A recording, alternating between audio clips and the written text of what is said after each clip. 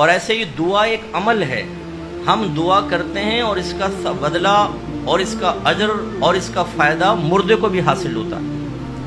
رحمت کونین صلی اللہ علیہ وسلم فرماتے ہیں کہ ایک شخص کا مرنے کے بعد درجہ بلند ہوا تو اس نے اللہ تعالیٰ کی بارگاہ میں عرض کی، یا رب کریم میرا تو عمل منقطع ہو گیا، یہ اب میرا درجہ کیسے بلند ہوا؟ تو اللہ تعالیٰ نے ارشاد فرمایا کہ یہ تیری نیک اولاد نے ابھی تیرے لیے دعائے بخشش و مغفرت کی ہے، اس کا نتیجہ ہے۔ اس لیے ہم اہل سنت کا یہ عقیدہ ہے کہ اگر ہم کوئی عمل کرتے ہیں اور یہ ذہن میں رکھیں، چاہے وہ فرض ہو، واجب ہو، سنت ہو، نفل ہو، مستحب ہو، اس سب کا ثواب ایصال کیا جا سکتا ہے۔ فتاوی عالمگیری میں علامہ ابن عابدین شامی صاحب رحمۃ اللہ علیہ اس فتاوی شامی کو رد المحتار بھی کہتے ہیں۔ یہ فقہ حنفی کی ایک مشہور کتاب در مختار کی شرح ہے۔ اس میں آپ نے خود یہ لکھا مسئلہ کہ فرض ہو، واجب ہو، سنت و نفل ہو، سب کا ثواب آپ بخش سکتے ہیں۔ اس کا مطلب ہے کہ یہ جو ہم بعض لوگوں میں غلط فہمی ہوتی ہے کہ قرآن خوانی کراؤ اس کا ثواب بخشو، یا آیت کریمہ کرواؤ پھر کرو، تو اس کا بھی پہنچے گا اور آپ اہتمام کرنا چاہیں تو حرج نہیں۔ لیکن اگر آپ فرض نماز پڑھ رہے ہیں، پڑھنے کے بعد اس کا ثواب ایصال کر دیں، آپ کوئی نفلی کام کرتے ہیں، آپ کو صدقہ کرتے ہیں، سب کا ثواب۔ اچھا یہ بھی میں نے دیکھا ہے، اگر میری بہنیں بھی سن رہی ہیں یا بعد میں سنیں گی، بہنوں میں خاص طور پہ میں نے ایک بخل کی سی کیفیت دیکھی۔ ایک قرآن ختم کیا، بھائی کس کے لیے؟ نانی کے لیے، یہ صرف میری نانی کے لیے۔ دوسرا قرآن پڑھیں گی یہ امی کے لیے۔ ارے بھائی آپ کیوں بخل کر رہے ہیں؟ جب اللہ کی رحمت بڑی ہے، وہ اجر دینے کے لیے تیار ہے، اور آپ اگر ایک کاروبار سے انویسٹمنٹ کر کے 1,00,000 روپے کما سکیں، اور دوسرا کہے کہ اگر میں تھوڑی سی ٹیکنیک بتاؤں یہی 1,00,000 1 کروڑ میں بدل سکتا ہے، تو پھر ادھر کیوں نہ جائے کہ بھئی 1 کروڑ کما لیں؟ تو ہم کہتے ہیں اس کے لیے، حالانکہ اعلیٰ حضرت نے ارشاد فرمایا کہ اگر کوئی ایک قرآن پڑھ کر فرض کر لیں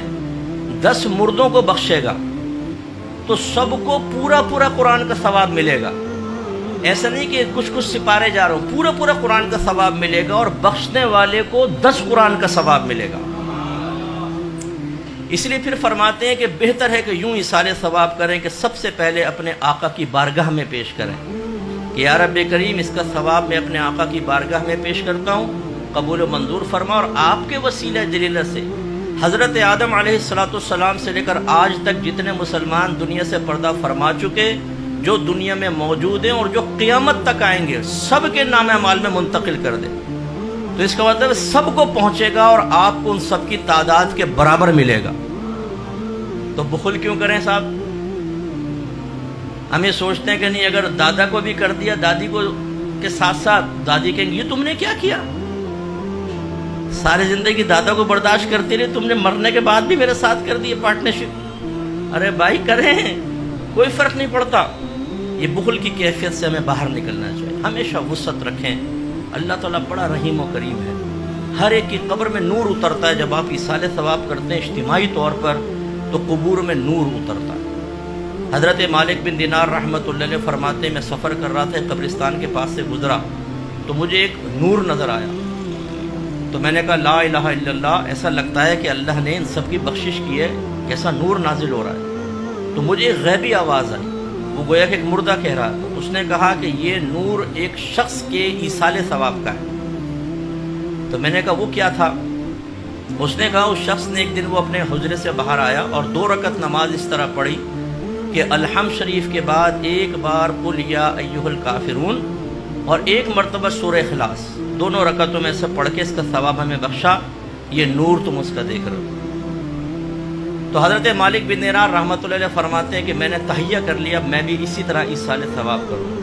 کچھ عرصے بعد کہتے ہیں مجھے خواب میں نبی کریم صلی اللہ علیہ وسلم کی زیارت ہوئی اور سرکار نے ارشاد فرمایا کہ اے مالک، جتنا تو نے میری امت کو ہدایہ بھیجے اس کے بدلے میں اللہ تبارک و تعالیٰ نے تیری بخشش فرما دی۔ اور یہ اچھی طرح یاد رکھیں کہ جب آپ اپنے ذہن میں وسعت پیدا کر کے خصوصاً انبیاء علیہم السلام، صحابہ کرام، اولیاء عظام اور اہل بیت اطہار کو ایصال ثواب کرتے ہیں، ثواب ایصال کرتے ہیں، ان کے پاس پہنچتا ہے،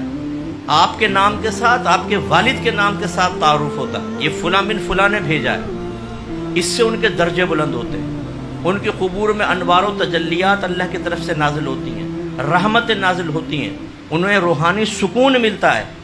جب آپ ان کے لیے اس طرح روحانی سکون اور درجات کی بلندی کا سبب بنتے ہیں،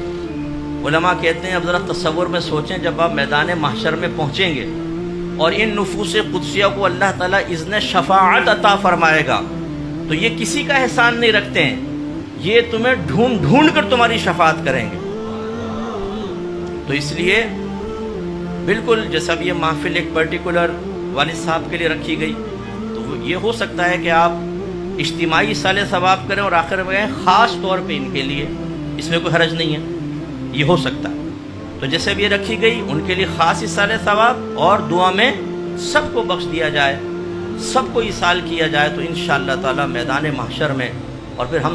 اہل سنت کے لیے خاص طور پہ بڑی سعادت کی بات، ہم کوئی زندگی میں ایک بار نہیں کرتے ہیں، ہم تو بار بار کرتے ہیں۔ اللہ نے ہمیں ایسے مواقع دیے ہیں کہ ہم بار بار اصال ثواب کرتے ہیں، کبھی شیخ عبد القادر جیلانی رضی اللہ تعالیٰ عنہ کے لیے، کبھی سرکار کی میلاد مناتے ہوئے، کبھی خواجہ صاحب کی چھٹی مناتے ہوئے، کبھی داتا صاحب کا عرس کرتے ہوئے، زبردست قسم کا اصال۔ تو انشاءاللہ ہمارے اللہ تعالیٰ نے ہمیں توفیق دی، اور ہمارے وسیلے سے اگرچہ وہ محتاج نہیں ہیں، وہ تو بالکل محتاج نہیں، لیکن ان کے درجے بلند ہوتے ہیں۔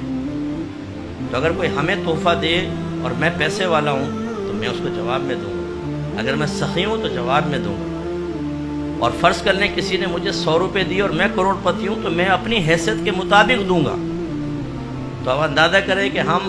ثواب ایصال کرتے ہیں اپنی حیثیت کے مطابق، اور ان بزرگوں کی طرف سے جو جواب آئے گا وہ ان کے درجات کے اعتبار سے آئے گا، وہ ہوگا کہ آپ سوچئے ذرا۔ اس لیے یہ بہت اچھی محفل ہے، اس طرح کی محافل بھی سجائیں، اور ویسے بھی آپ ذہن بنائیں کہ جو کچھ آپ نیک عمل کرتے ہیں، رات کو سونے سے پہلے دعا کر لیں، اللہ تعالیٰ جو بھی میں نے نیک عمل کی اس کا ثواب بارگاہ رسالت میں اور آپ کے وسیلہ جلیلہ سے آدم علیہ السلام سے لے کر قیامت تک جتنے گئے، جتنے موجود ہیں، جتنے آئیں گے، سب کو پہنچا دے، سب کو پہنچے گا، اور آپ کے نام اعمال میں سب کی تعداد کے برابر۔